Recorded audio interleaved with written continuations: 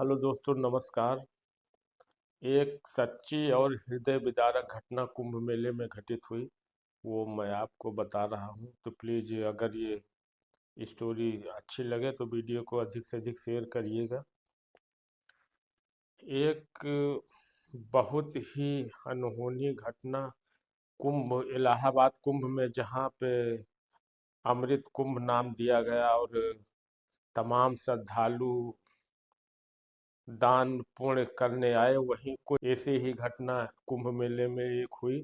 दिल्ली से एक पत्नी आए, और आए इसलिए कि पत्नी कहीं ना कहीं जिद कर रही थी पति से कि सब लोग कुंभ में नहाने जा रहे हैं, आप भी चलिए, नहाने चलेंगे कुंभ में। तो उसकी जिद पे पति तैयार हो गया और अपनी पत्नी को लेके वो दिल्ली से कुंभ नहाने आया। 17 फरवरी को वो कुंभ मेले में पहुंचा इलाहाबाद। 18 को उसने स्नान किया, और 18 तारीख को स्नान करने के बाद शाम को वो इधर उधर टहलता रहा पूरे मेले में, पत्नी के साथ घूमता टहलता रहा।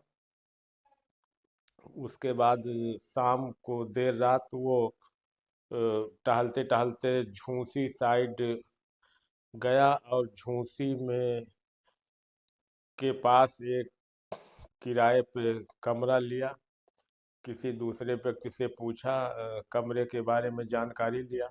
उस व्यक्ति ने उसको जानकारी दी, तो वहाँ झूसी के पास एक सस्ता किराए का कमरा लिया 500 रुपये में। और उस किराए के कमरे में वो रहा। उससे जब किराए पे कमरा देने वाले ने आईडी मांगी, तो आईडी का ना देने का उसने बहाना कर लिया। अपना मोबाइल नंबर भी उसने नहीं दिया, ये बोल के कि भाई 4-5 घंटे ही रुकना है मुझे रात भर, और सुबह होते ही मैं यहाँ से निकल जाऊंगा, मेरी ट्रेन है। ये सब बोल के अपना वहाँ रुक गया। 18 फरवरी की रात वहाँ रुक गया। रात को तकरीबन 1 बजे थे। पत्नी बिस्तर से बाथरूम जाने के लिए उठी। इसी बीच वो मौका पाकर उठा और अपनी पत्नी की चाकुओं से गोद कर हत्या कर दी, और उस होटल के कमरे से धीरे से फरार हो गया, वहां से निकल आया। सुबह करीब 6 बजे थे। वहीं पास के का रहने वाला एक व्यक्ति जब वहां होटल में गया बाथरूम के लिए, तो उसने देखा कि यहाँ तो महिला एक मृत पड़ी हुई है, कत्ल हो गया है उसका। पुलिस को सूचना दी गई, पुलिस आई।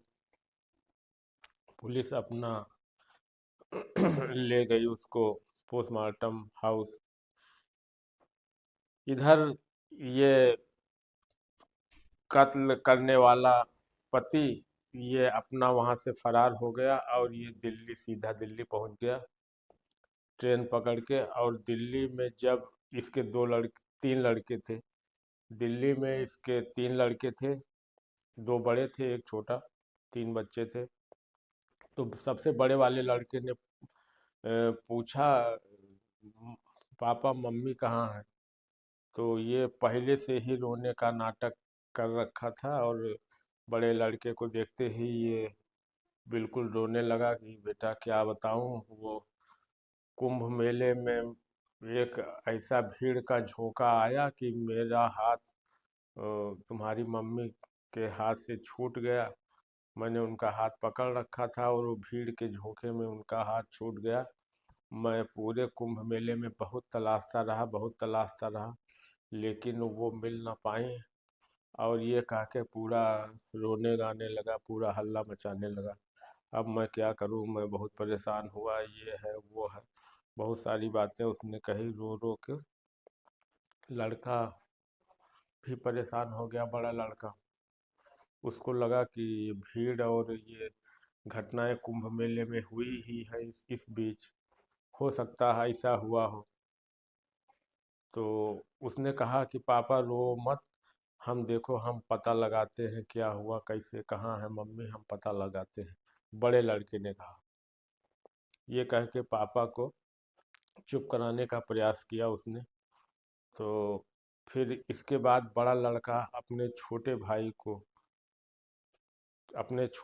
को ये सब पूरी बात बताया। छोटा भाई भी उसका रोने लगा, वो छोटा था। इन दोनों भाइयों ने मिलके फिर ये बात अपने मामा को बताई। बुलंदशहर में उस पत्नी का मायका था और इन बच्चों का ननिहाल बुलंदशहर ही होगा। बुलंदशहर अपने मामा को बताई ये पूरी बात। मामा उनके आए, वो दोनों लड़के और उनके मामा ये तीनों लोग इलाहाबाद पहुँचे। और इलाहाबाद करीब ये 20 तारीख को इलाहाबाद पहुँचे। 18-19 की रात में ये घटना हुई थी। और 20 तारीख को ये लोग इलाहाबाद पहुँचे। इलाहाबाद स्टेशन पे उतरते ही इन्होंने बड़े लड़के ने अपने आगे एक फोटो और तख्ती टांग रखी थी, अपनी माँ की फोटो लगा रखा था, गुमशुदा की तलाश ऐसा करके। और स्टेशन पे उतरते ही इन बच्चों ने जो भी मिला उससे पूछते रहे। स्टेशन पुलिस से पूछा, आने जाने वाले लोगों से पूछा, पुलिस से पूछा, जहाँ भी इनको चौकी थाना मिला पूरे इलाहाबाद में ये दिन भर भटकते रहे। फिर शाम को ये पूछते पाछते दारागंज थाने पहुँचे। वहाँ एसएचओ का इंतज़ार कर रहे थे। फिर एक पुलिसकर्मी से इन्होंने पूछा, एक पुलिस वाले से पूछा ऐसी ऐसी घटना हो गई, मेरी माँ गुम हो गई है, क्या आपको कुछ जानकारी है, प्लीज़ कुछ जानकारी हो तो बताइए। उस फोटो को देखते ही वो पुलिसकर्मी थोड़ा उसको लगा कि जैसे ये चेहरा या शक्ल हमने देखी हुई है। कुछ थोड़ा सा क्लू उस पुलिसकर्मी ने उस बच्चे को दिया कि यहाँ दारागंज थाने में तो ऐसी कोई घटना नहीं हुई है, तुम झूंसी चले जाओ, झूंसी में एक महिला मिली हुई है और हो सकता है कि वो हो, झूंसी थाने चले जाओ तुम। दोनों लड़के और उसका मामा वो तीनों झूंसी पहुंच गए। वहाँ पे एसएचओ का इंतज़ार किया। एसएचओ आए तो वो फ़ोटो और ये सब दिखाया। एसएचओ ने फ़ोटो देखते ही ये कहा कि ये ऐसा है, पोस्टमार्टम हाउस में आप चले जाइए यहाँ से। पोस्टमार्टम में एक महिला की लाश पोस्टमार्टम हाउस गई है, उस महिला का पोस्टमार्टम होने के लिए आप पोस्टमार्टम हाउस जाइए। तो वो दोनों बच्चे और उसके मामा तीनों लोग वहाँ झूंसी के पास पोस्टमार्टम हाउस गए। पोस्टमार्टम हाउस जब पहुँचे तो पोस्टमार्टम हाउस पहुँचते ही वो लड़का जब वहाँ लाश के पास गया, उसके पहले ही उसकी माँ की साड़ी पर उसकी निगाह पड़ गई और साड़ी को देखते ही वो चिल्लाने लगा लड़का जोर जोर से और माँ से लिपट कर रोने लगा। तो अब पुलिस वालों को भी और इंस्पेक्टर को भी पूरा यकीन हो गया कि ये औरत इसकी माँ ही है। पुलिस वालों के दिमाग में कुछ समझ में आ रहा था इसका क्लू कि कहाँ से तार जुड़ा हुआ है इस हत्याकांड का, तो इसलिए उन्होंने उसके पापा को बुलाने को कहा। अब वहाँ उस स्थान पे उसके पापा बुलाए गए, उन बच्चों के पिता बुलाए गए। अशोक अशोक नाम था और उसकी मम्मी का नाम मीनाक्षी करके था। तो अशोक की उम्र लगभग 38 से 40 के आसपास रही होगी और उसकी मम्मी की उम्र 35 प्लस रही होगी ये अनुमानता। तो उसके पापा बुलाए गए जब, तो फिर पुलिस ने उनको अपने गिरफ्त में ले लिया और पूछताछ शुरू की। पूछताछ शुरू करने पे पुलिस पहले तो पूछताछ शुरू करने में जब चूँकि जो कोई भी अपराधी किस्म का व्यक्ति अगर अपराध किया है तो वो तुरंत कबूलता नहीं है कि मैंने किया है। इधर उधर आनाकानी तब बताता रहा, टहलाता रहा। उसके बाद जब पुलिस ने कड़ाई की तो उसने सारी बातें कबूल कर दी। और दोस्तों पुलिस पहुंची भी उस तक कैसे कि ये सीसीटीवी कैमरे जगह जगह लगे हुए हैं। सीसीटीवी कैमरों की मदद से पुलिस वहां तक इस पहलू की जांच तक पहुंची कि वो आदमी जो उसका हाथ पकड़कर उस महिला का होटल तक ले गया था, ये वही आदमी है, इसका पापा ही है जो इस इन बच्चों का पिता ही है जो उस महिला का हाथ पकड़े पूरे मेले क्षेत्र में घूमा और उस होटल तक गया। वो सीसीटीवी कैमरों में इस बात से इसकी पुष्टि हो गई, कोई दूसरा आदमी नहीं था उसके साथ होटल में जाते हुए। तो इससे ये पुलिस को पूरा यकीन हो गया कि कत्ल इसी आदमी ने किया। और जब वो कड़ाई से पूछताछ किया तो उस व्यक्ति ने पूरी बात कबूल दी।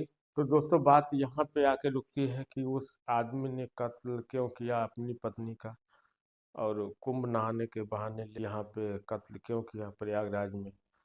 तो जब पुलिस ने पूरी कड़ाई से पूछताछ की तो उसने कबूला कि मेरा संबंध एक वहाँ दिल्ली में एक दूसरी औरत से था, और ये कभी कभी विरोध करती थी उसका, इस वजह से ये उसने अपनी पत्नी को मारा। ये उसमें पूरा विरोध करती थी, लड़ाई झगड़ा भी होता था, और इसी वजह से हमने पत्नी को मारने का निर्णय लिया।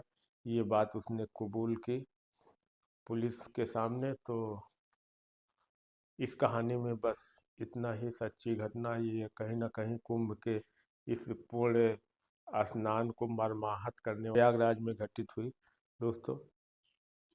तो जहाँ तो दोस्तों अगर वीडियो अच्छी लगे तो प्लीज़ चैनल को सब्सक्राइब कर लीजिएगा और वीडियो को अधिक से अधिक शेयर करिएगा। मिलेंगे हम किसी नेक्स्ट वीडियो में। धन्यवाद।